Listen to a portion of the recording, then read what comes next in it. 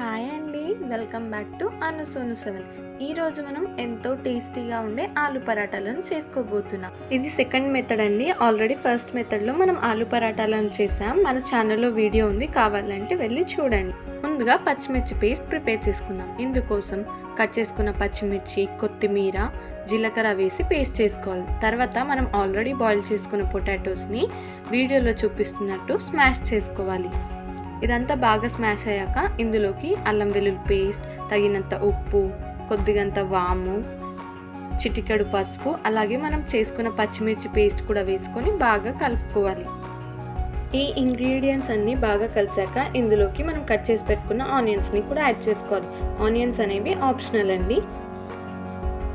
తర్వాత ఒక mixing bowl తీసుకొని అందులోకి 1 కప్ గోధుమ పిండి, 2 టేబుల్ స్పూన్స్ మైదా, అలాగే కొద్దిగంత సాల్ట్ కూడా యాడ్ చేసుకొని మిక్స్ చేసుకోవాలి. ఇదంతా బాగా కలిసాక ఇందులోకి కొద్దిగా వాటర్ పోసుకుంటూ చపాతీ ముద్దలాగా కలుపుకోవాలి.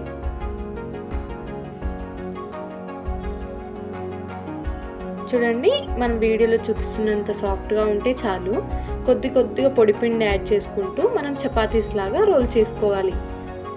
కొంచెం మందంగానే చపాతీస్ అనేవి రోల్ చేసుకోవాలండి.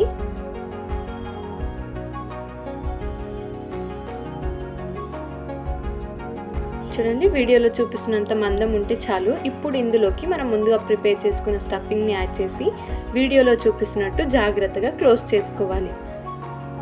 ఇలా క్లోజ్ చేసిన దాని మీద కొద్దిగంత పొడి పిండిని చల్లుకుంటూ మళ్ళీ చపాతీస్ లాగా రోల్ చేసుకోవాలి. ఈ ప్రాసెస్ చాలా జాగ్రత్తగా చేసుకోవాలండి, ఎందుకంటే మన స్టఫింగ్ అనేది చపాతీ నుండి బయటకు వచ్చేస్తుంది. సో మెల్లగా చిన్న చపాతీస్ లాగా చేసుకోవాలి.